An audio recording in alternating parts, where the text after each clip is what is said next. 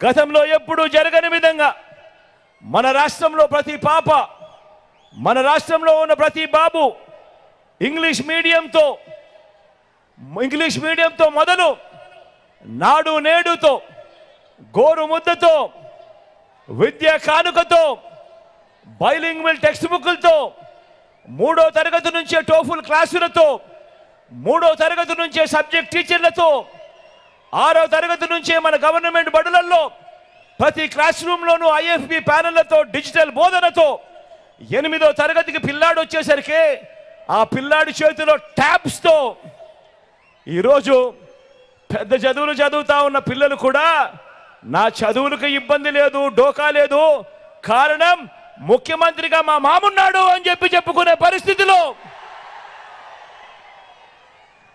ఈరోజు పెద్ద చదువులను కూడా రూపురేఖలు మారుస్తూ ఆ పెద్ద చదువుల్లో కూడా వరల్డ్ క్లాస్ యూనివర్సిటీస్ నుంచి ఆన్లైన్ సర్టిఫైడ్ వర్టికల్స్ను డిగ్రీలలో అనుసంధానం చేస్తూ, డిగ్రీలలో మ్యాండేటరీ ఇంటర్న్షిప్ తీసుకొస్తూ చదువులలో ఒక విప్లవాన్ని తీసుకొచ్చింది ఎవరు అని అంటే గర్వంగా కూడా చెప్పగలుగుతా ఉన్నాను, వాళ్ళ మేనమామ అని చెప్పి కూడా గర్వంగా చెప్పగలుగుతా ఉన్నాడు. ప్రతి అక్కమ్మకు, ప్రతి అక్క చెల్లెమ్మకు తోడుగా వాళ్ళ అన్న ఉన్నాడు, వాళ్ళ తమ్ముడు ఉన్నాడు. మీ పిల్లల్లో నేను తోడుగా ఉన్నాను అని చెప్పి కూడా గర్వంగా కూడా చెప్తా ఉన్నాను ఈ సందర్భంగా.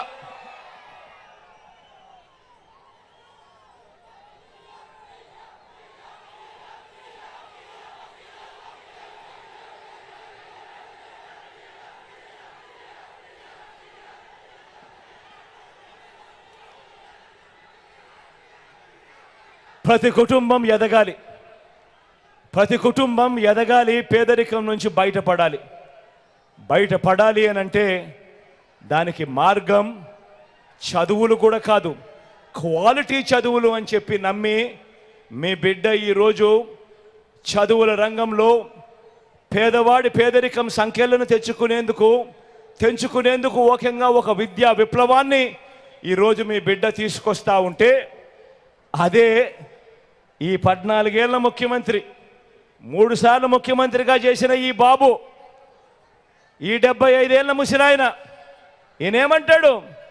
ఇంగ్లీష్ మీడియమే గవర్నమెంట్ బడులలో పేద పిల్లలకు వద్దు అని ఏకంగా ఉద్యమాలు చేయించిన వ్యక్తి ఈ దేశంలో ఎవడైనా ఉన్నాడు అని అంటే ఎవడు?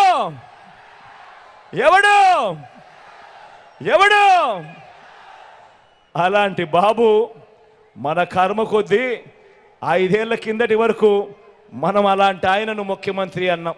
మన కర్మజోడు ఎలా ఉందో. వైద్యాన్ని కూడా ఇంటి గడపకు తీసుకువస్తున్న ప్రభుత్వం మీ బిడ్డది. గ్రామంలోనే విలేజ్ క్లినిక్, గ్రామంలోనే ఫ్యామిలీ డాక్టర్, ఇంటికే ఆరోగ్య సురక్ష, గ్రామంలోనే కంటి వెలుగు, 3300 ప్రొసీజర్లకు పెంచిన ఆరోగ్యశ్రీ, ఏకంగా 25 లక్షల దాకా ప్రతి పేదవాడికి తోడుగా ఉంటున్న ఉచిత ఆరోగ్య వైద్యం ఆరోగ్యశ్రీ ద్వారా. ఆరోగ్యశ్రీయే కాకుండా రెస్ట్ పీరియడ్లో కూడా వైద్యంతో పాటు తోడుగా నిలబడుతూ మొట్టమొదటిసారిగా ఆరోగ్య ఆసరా, ఏకంగా 2200 వాహనాలు, 108లు, 104లు, తల్లి బిడ్డ ఎక్స్ప్రెస్లు కొనుగోలు చేయటం మొదటి దగ్గర నుంచి నాడు నేడుతో రూపురేఖలు మారుతా ఉన్న గవర్నమెంట్ హాస్పిటళ్ళు, కొత్తగా మరో 17 కొత్తగా మెడికల్ కాలేజీలు వేగంగా నిర్మాణంలో జరుగుతూ ఉన్నాయి. ఏకంగా 54,000 డాక్టర్లు, నర్సులు నియామకాలు ఏకంగా వైద్య రంగంలోనే ఈరోజు చోటు చేసుకున్నాయి.